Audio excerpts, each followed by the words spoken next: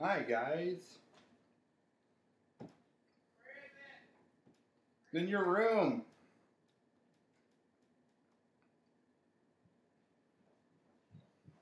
Did you find it?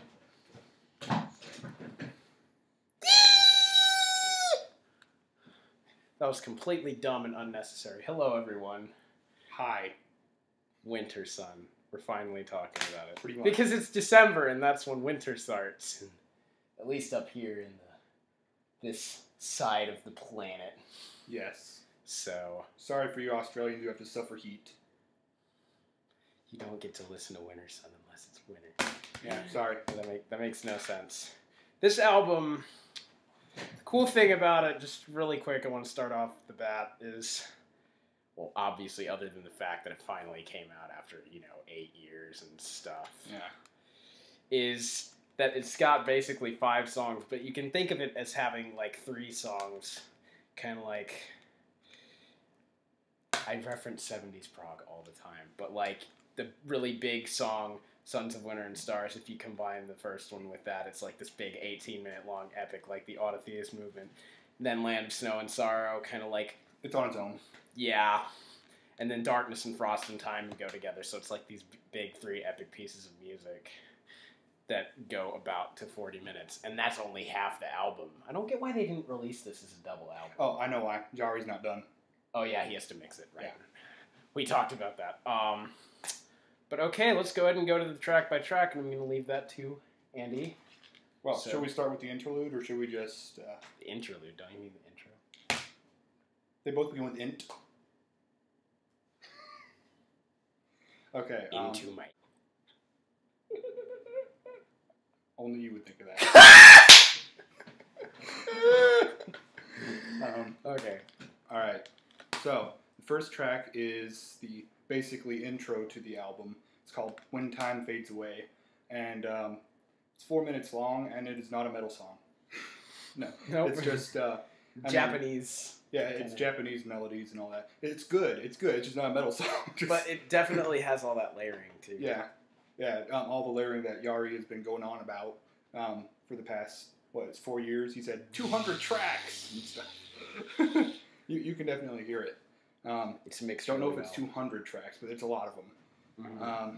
You can definitely hear the 200 on the following ones, though. Yes, on the big ones, yeah.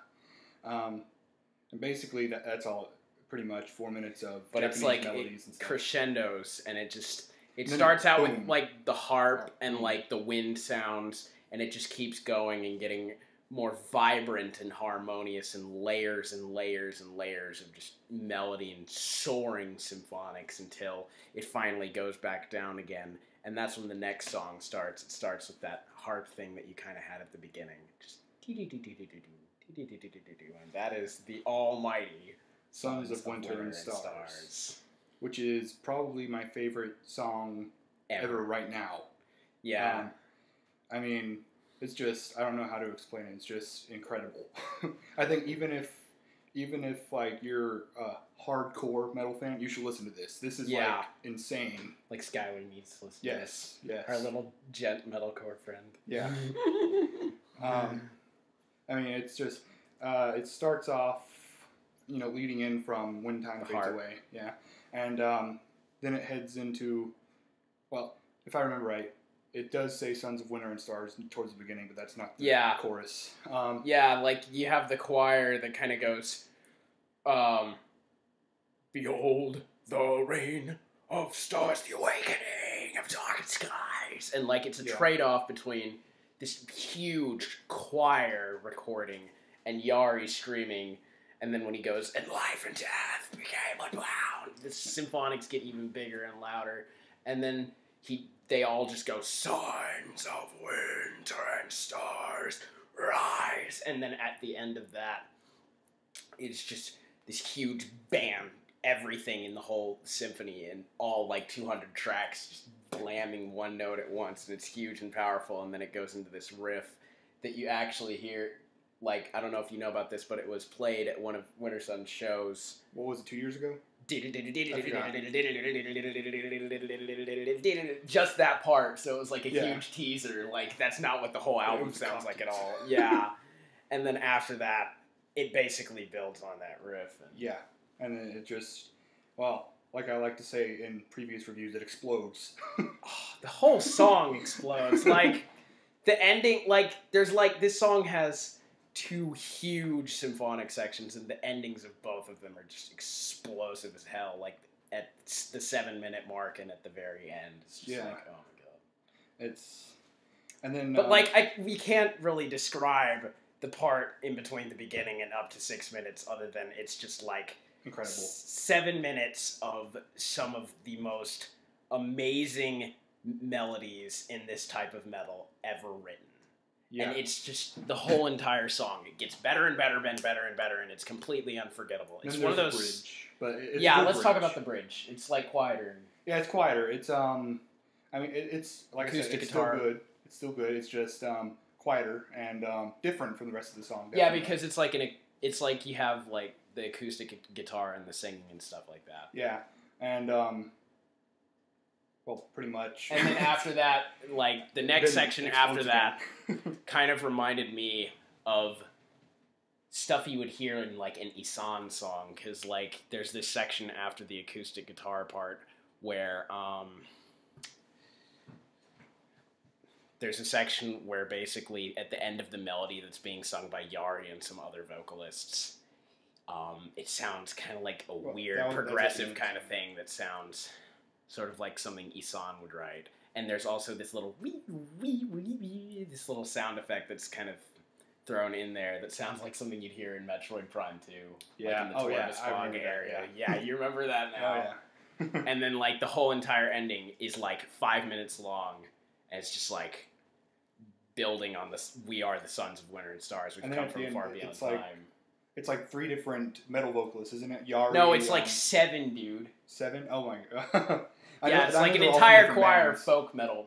Yeah, they're pretty much all from different bands. It's incredible. Yeah. Huge collaboration of epic singing. Yeah. And then the song just ends in the most perfect way possible, right? Yeah. And basically, I mean, it's not too overblown and it's not too simple. It's the perfect combination of the two, because, like, a lot of classical music ends with a lot of drawn out kind of endings, but this is just perfect. It's a little drawn out, but it's also right to the point. Basically, it's just right at the ending, but that's a terrible re-representation of it. But this is one of those songs that is like, it's a song that I have to rate a perfect 10 as a song, because, like, very few songs are able to just combine so many elements of a good song, like harmonic and rhythmic layering, memorable all the way through for such a large length. It feels really short, and it's just it's like From the Sky by Gojira, or one of Wintersun's previous songs, Battle Against Time, or Beautiful Death. Yeah, Beautiful Death. I don't know if I'd rate that a perfect 10 though. I'd rate it close. So close. Yeah. But yeah, it's just great. And then we get to the next song, which I don't think is quite as good. This is probably the weakest actual of the 3 actual songs on the album for me. Yeah, it's... Land of Snow and Sorrow, by the way. That's the name. It's very slow. It's very slow. I mean... It's like, sort of like it's the... Sleeping Stars. No, Sleeping Stars gets fast, dude. It does get fast. I mean, the intro. Sadness and Hate. It's like the Sadness and Hate. Sadness and Hate. That's the one I was thinking of. Yeah. Sadness and Hate was also the weakest track on that album, we think. Yeah, same here. I'd agree. And I mean, good, but it's it's good. It's just compared to the rest of the album, it doesn't hold up as well. Yeah. I mean, that's how this is here. That's exactly how we feel about this, because some of the sections, like, it does an instrumental version of the chorus before it actually goes into the chorus with Yari singing. And the thing is, I find it easier to listen to the instrumental version of this particular track, because despite the fact that one of the strongest elements of this track is the vocal layering, how, like, he does multiple tracks of him singing, and so he harmonizes with his own vocals, and it sounds really good. But, like, when you take it out, it's easier to hear all the epicness that's going on in the background. The vocals are mixed way too high in this particular song. And, pretty much. and it's also the shortest track, of main the track. big ones. Yeah, main track. But it feels like the longest. Yeah, it does. That's kind of an issue. Kind of, yeah. But one of my favorite sections of the whole album is on this particular track. Yeah, it's like 4 minutes and 37 seconds. Yeah, it's like short though. It's only 40 seconds. It's like it's just so good. Go listen to it. 4 minutes 37 seconds. This song. Go listen to it. Yeah. Stop watching us imbeciles try and review this thing. Anyway, next we get a little interlude. Darkness and Frost, which is well, basically it's just one riff and it builds on it. It starts with one riff and just keeps building up and up and up. It's one melody, one motif. Yeah. Yeah. And it's epic. That's basically all it is, because what's the first motif from the next song, the title track? Yeah. Basically it builds up straight into the intro to Time, the last track on the album. And I gotta say, that's probably, if not my favorite riff they've ever done, even though it's like simple, it's not super technical. Like, that's one thing about the riffs on this album, I'm gonna go ahead and say. They're toned down. This is more of an album that's driven by the symphonic layering. Mm-hmm. The melodies are mostly in the symphonies, and the guitar usually sustains one note for extended periods of time. It's like sort of not the main focus melodically, but this riff, the guitar becomes one of the main focus, and even though it's not technical, it's just, it's so epic. Oh. Yeah. And then after that, it kind of all drops out and distorted and. Yeah, isn't it like would you consider like after they leave out of the Darkness and Frost riff in Time? That it sounds like a black metal song. It sounds really. It becomes, the production stops being the super huge epicness that it is, and it basically becomes like a really bad Windier-ish black metal production. Early Windier-ish. Yeah. No offense to Windier, but that's kind of. I think that might be part of why I haven't gotten to listening to them yet. Hang on, let me just close this really quick.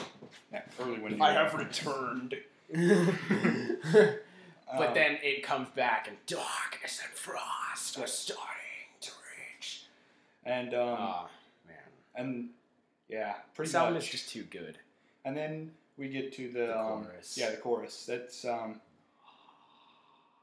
I get that, and the chorus to Sons of Winter and Stars stuck in my head every day since this album has come out. That has not happened with anything all this year since Colossus. No other album has done that to me. Yeah. Getting stuck in my head that much. It's just... For me, that would be Bellicor. Bellicor, yeah. Oh, yeah. Yeah, we need to talk about that, too. Yeah. Yeah, this basically... It's catchy. You're not going to get it out of your head. It's catchy, but it's not cheesy. What Wintersun managed to do is they managed to write songs that are extremely catchy and memorable. But also not cheesy. But also not cheesy and very, very progressive. Yes.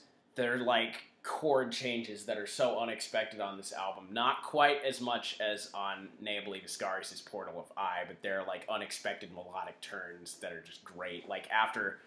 Oh, and the post-chorus. Yeah. The chorus after...